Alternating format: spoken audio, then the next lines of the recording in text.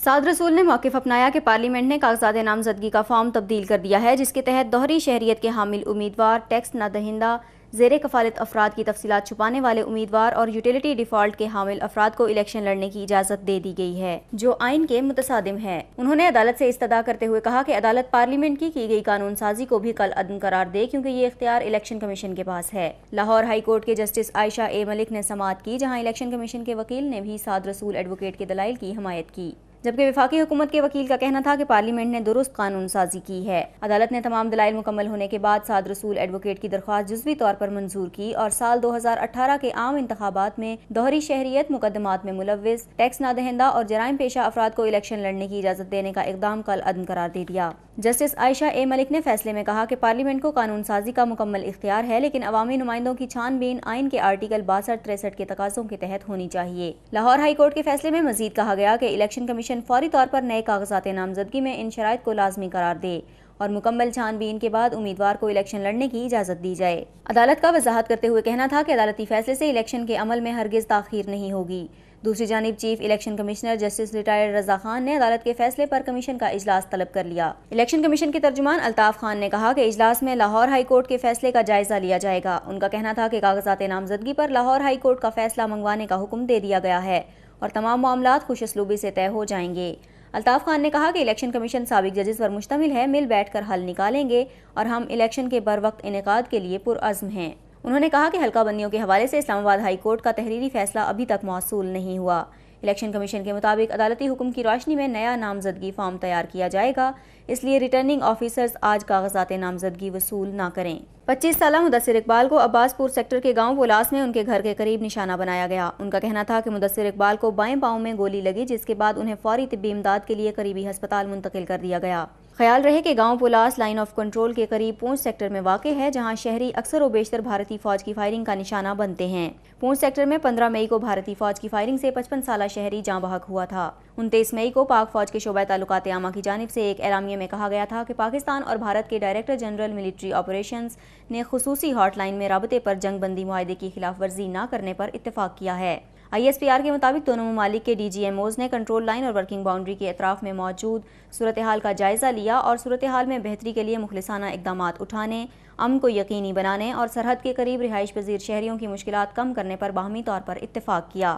اعلامیے میں کہا گیا تھا کہ انہوں نے 2003 کے جنگ بندی معاہدے پر فوری طور پر مکمل عمل درآمد اور کسی بھی طرف سے جنگ بندی معاہدے کی خلاف ورزی نہ کرنے پر بھی اتفاق کیا تھا۔ دونوں ممالک کے DGMOs نے اس بات پر بھی اتفاق کیا کہ کسی مسئلے کی صورت میں تحمل کا مظاہرہ کیا جائے گا اور معاملہ ہاٹ لائن رابطے اور مقامی کمانڈروں کی سطح پر سرحدی فلیگ میٹنگز کی موجودہ نظام کے تحت حل کیا جائے گا۔ فیصل آباد کے علاقے میانی میں مسلم لیگ نون کے ورکر کنونشن سے خطاب کرتے ہوئے نواز شریف کا کہنا تھا کہ انتخابات کی بھرپور تیاری کریں اور الیکشن میں مہریں پوری لگنی چاہیے۔ حکومت کی گزشتہ ادوار کی کارکردگی کو دہراتے ہوئے ان کا کہنا تھا کہ نواز شریف نے پاکستان کو ایٹمی قوت بنایا، موٹر ویز بنائے، دہشت گردی ختم کی، کیا یہ میرا جرم ہے؟ انہوں نے کہا کہ عدالت میں 80 پیشیاں بھگتی ہیں لیکن کوئی کرپشن ثابت نہیں ہوئی۔ نواز شریف کا کہنا تھا کہ ملک میں بجلی آ نہیں رہی بلکہ سستی بھی ہو رہی ہے اور اگلی مدت میں فیصل آباد سے براہ راست لاہور جانے کے لیے موٹر وے بنائیں گے۔ سابق وزیر اعظم نے کہا کہ آج ترقی دیکھنی ہے تو پنجاب آ کر دیکھو۔ پنجاب میں سڑکیں بنی، کارخانے لگے اور کالجز بنے اور پنجاب میں اتنے منصوبے بنے کہ روز افتتاح ہوئے۔ پاکستان کے دیگر صوبوں کی حکومتوں کو تنقید کا نشانہ بناتے ہوئے ان کا کہنا تھا کہ خیبر پختونخوا اور سندھ میں کوئی منصوبہ نہیں بنا، بلوچستان میں صرف ایک منصوبے کا افتتاح ہوا۔ انہوں نے کہا کہ لوڈ شیڈنگ اور دہشت گردی ختم کرنے کا وعدہ پورا کر دیا ہے۔ امید ہے کہ مسلم لیگ نون کی حکومت دوبارہ آئے گی اور مسلم لیگ نون کی حکومت آئی تو کوئی بے روزگار نہیں رہے گا۔ اپنے خطاب میں نواز شریف کا کہنا تھا کہ الیکشن کسی صورت ملتوی نہیں ہونے دیں گے۔ فیصل آباد والوں نے بلوچستان اسمبلی کی قرارداد مسترد کر دی ہے۔ نواز شریف نے بلوچستان اسمبلی میں انتخابات کے التوا کے لیے منظور ہونے والی قرارداد کو شدید تنقید کا نشانہ بنایا اور مسلم لیگ نون کے حکومت گرانے کے حوالے سے ورکرز سے سوال کیا کہ حکومت گرانے والوں کو جانتے ہیں؟ خیال رہے کہ پاکستان پیپلز پارٹی اور پاکستان تحریک انصاف سمیت دیگر تمام سیاسی جماعتوں نے الیکشن کے التوا کی مخالفت کی تھی، تاہم KPK کے سابق وزیر اعلیٰ پرویز خٹک نے انتخابات کو 1 ماہ تک ملتوی کرنے کے لیے خط لکھا تھا۔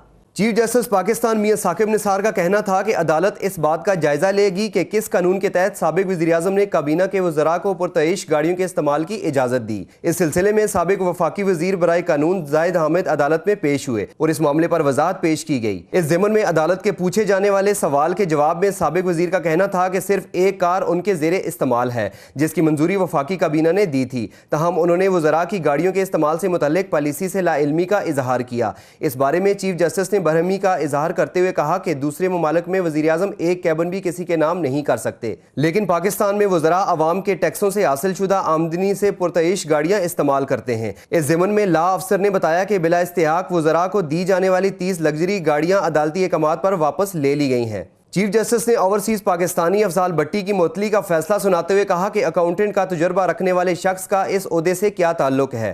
ان کا کہنا تھا کہ نیب کی عبوری رپورٹ آ چکی ہے کہ کس حیثیت سے 11 لاکھ تنخواہ اور مراحت وصول کی گئیں۔ انہوں نے کہا کہ کمشنر اوورسیز نے تنخواہ کی مد میں جتنے پیسے وصول کیے ہیں عدالت اس کا ایک ایک ڈیلا واپس لے گی، جبکہ گزشتہ سماعت میں عدالت نے پی آئی سی کے بورڈ آف ڈائریکٹرز کے ممبر کی اوورسیز پاکستانی کمشنر افضال بھٹی کی تعیناتی میں قانونی طریقہ کار اختیار کیے جانے کے حوالے سے رپورٹ طلب کی تھی۔ نیب کی جانب سے جمع کرائی گئی ابتدائی رپورٹ میں بتایا گیا تھا کہ افضال بھٹی کی تعیناتی میں قانونی طریقہ کار نہیں اپنایا گیا۔ علاوہ ازیں سماعت کے دوران عدالت میں قومی احتساب ادارے کے ڈائریکٹر جنرل پنجاب شہزاد سلیم نے پی آئی سی سے متعلق رپورٹ عدالت میں جمع کروائی۔ نیب کی رپورٹ میں بتایا گیا کہ پی آئی سی میں آرٹ وال کی خریداری میں بے ضابطگیاں پائی گئیں۔ ڈی جی نیب نے عدالت کو بتایا کہ اچھی کارکردگی اور کرپشن بے نقاب کرنے پر فریحہ مجید کو برطرف کر دیا گیا۔ عدالت نے نیب سے افضال بھٹی کی تعیناتی کے حوالے سے تفصیلی رپورٹ 2 ماہ میں اور پی آئی سی میں کرپشن کے حوالے سے تفصیلی رپورٹ 3 ماہ میں طلب کرتے ہوئے سماعت کو غیر معینہ مدت تک کے لیے ملتوی کر دیا۔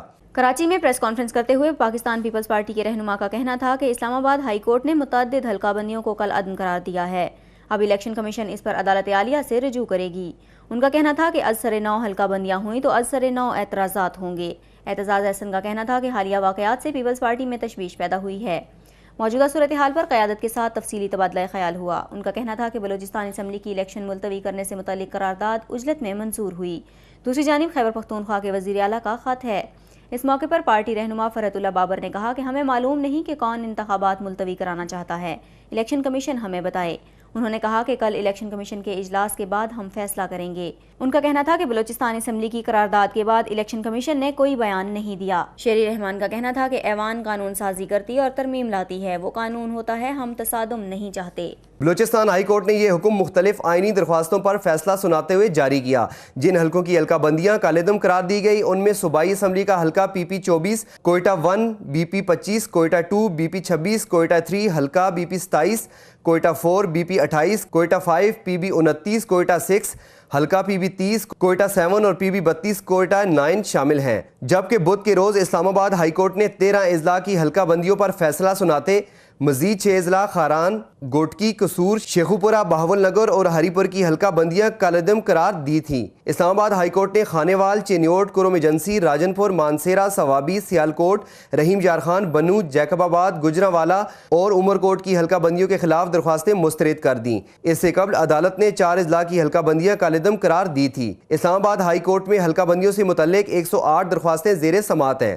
چیئرمین پیپلز پارٹی بلاول بھٹو کا کہنا تھا کہ اسلام آباد، بلوچستان اور لاہور ہائی کورٹ کے فیصلے ان کی ٹائمنگ تشویش کا باعث ہے۔ بلاول بھٹو زرداری نے وزیر اعلیٰ خیبر پختونخوا پرویز خٹک کے الیکشن کمیشن کو لکھے گئے خط اور الیکشن ملتوی کرنے کے لیے بلوچستان اسمبلی کی قرارداد پر بھی تشویش کا اظہار کیا۔ گزشتہ روز پیپلز پارٹی کے سینئر رہنما اور سینیٹر اعتزاز احسن نے بھی تشویش کا اظہار کرتے ہوئے کہا تھا، لگتا ہے کوئی سسٹم انتخابات کو التوا میں ڈال رہا ہے، تاہم ان کی پارٹی کا موقف ہے کہ الیکشن وقت پر ہوں۔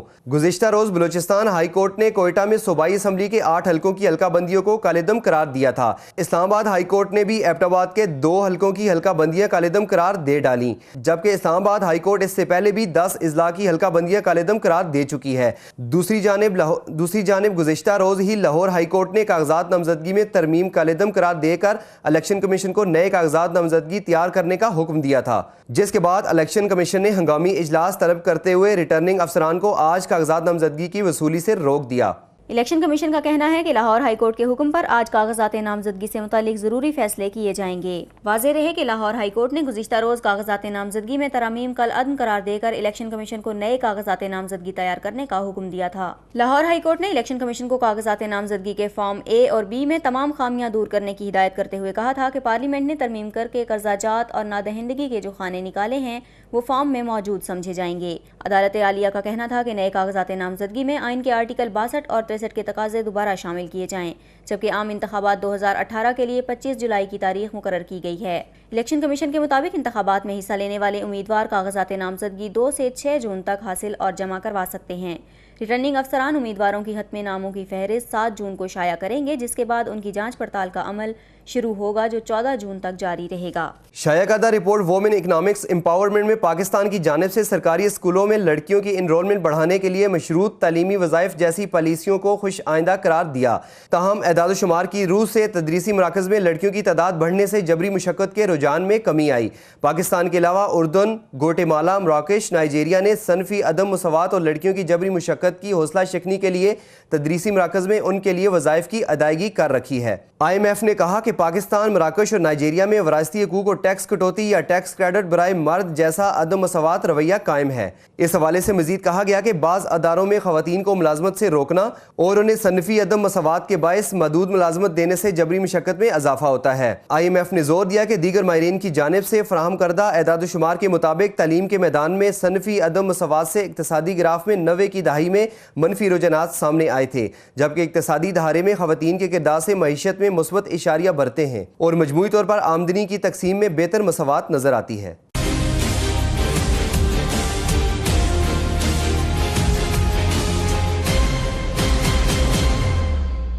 Please subscribe to Hums Up TV and hit the notification icon on the screen to get the latest updates of our channel. Thank you for watching Hums Up TV.